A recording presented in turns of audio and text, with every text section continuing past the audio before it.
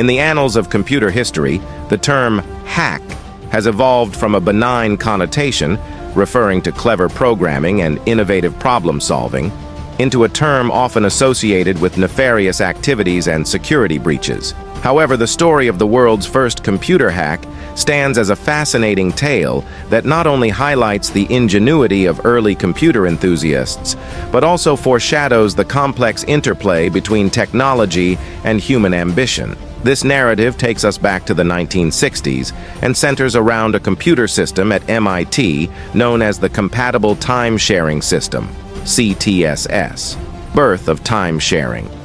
To understand the significance of this early hack, we need to delve into the technological context of the time.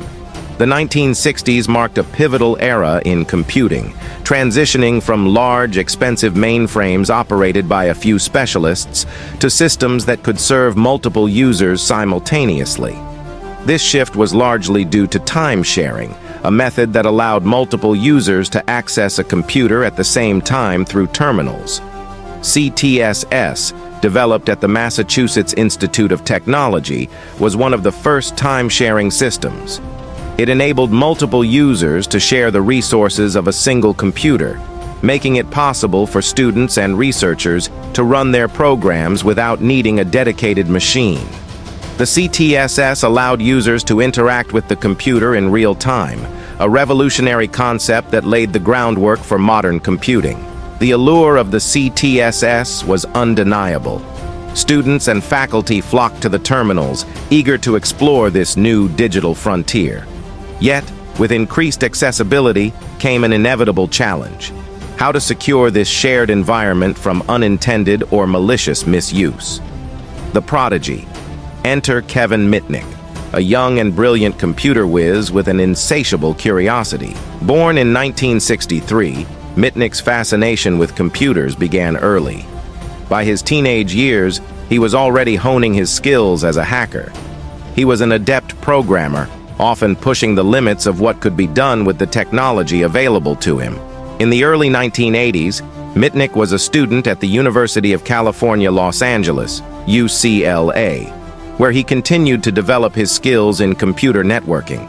His reputation grew as he began experimenting with the telephone systems, a practice known as phreaking. This involved manipulating telephone networks to make free calls, a skill that showcased his understanding of technology and systems. The hack.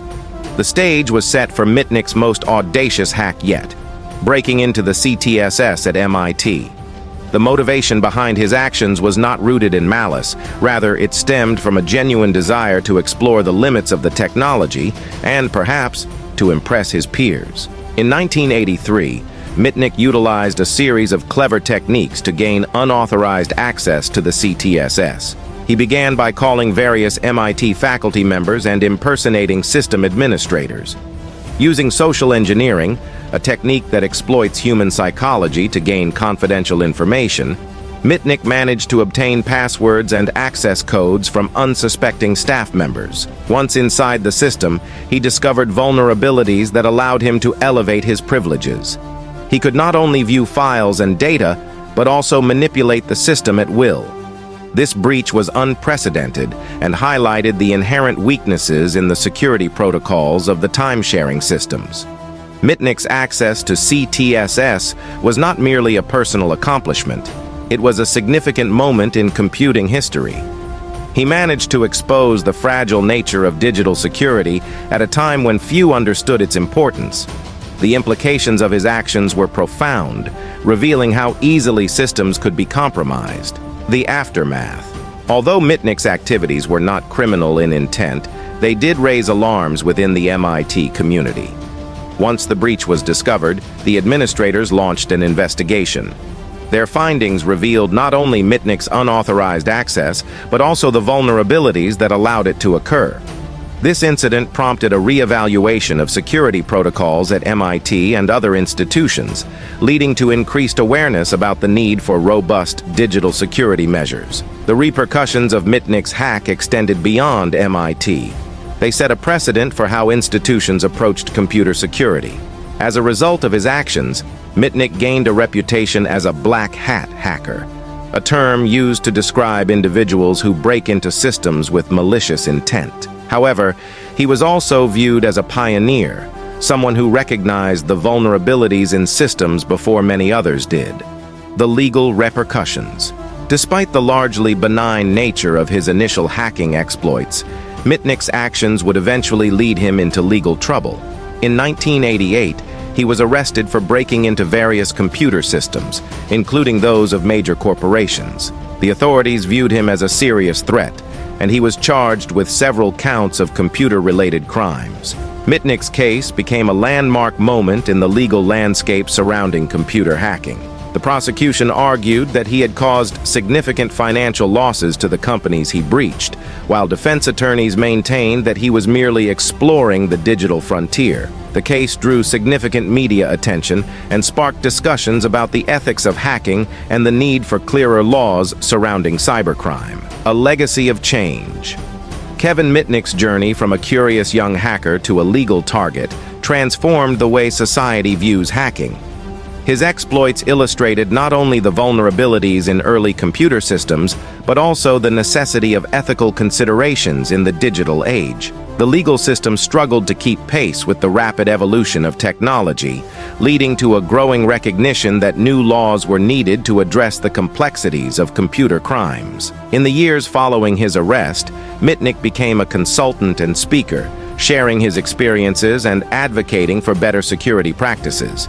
He highlighted the importance of understanding human behavior in cybersecurity, emphasizing that the most sophisticated systems could still be compromised by simple social engineering tactics. Mitnick's story also sparked a broader conversation about the nature of hacking itself. Many began to differentiate between white hat hackers, those who use their skills to help organizations improve their security, and black hat hackers, who exploit vulnerabilities for personal gain. This distinction paved the way for a new generation of cybersecurity professionals dedicated to protecting systems and data from unauthorized access. Conclusion. The story of the first computer hack is not just about Kevin Mitnick's audacious exploits at MIT. It represents a pivotal moment in the history of computing, one that revealed the vulnerabilities of emerging technologies and set the stage for the modern cybersecurity landscape. As we navigate an increasingly digital world, Mitnick's tale serves as a reminder of the importance of security, ethics, and the need to understand the human element in technology. Mitnick's legacy continues to influence how we approach hacking, cybersecurity, and the ever-evolving relationship between humans and technology. As we look back on this insane true story, it becomes clear that the lessons learned from the past will continue to shape the future of computing and security for generations to come.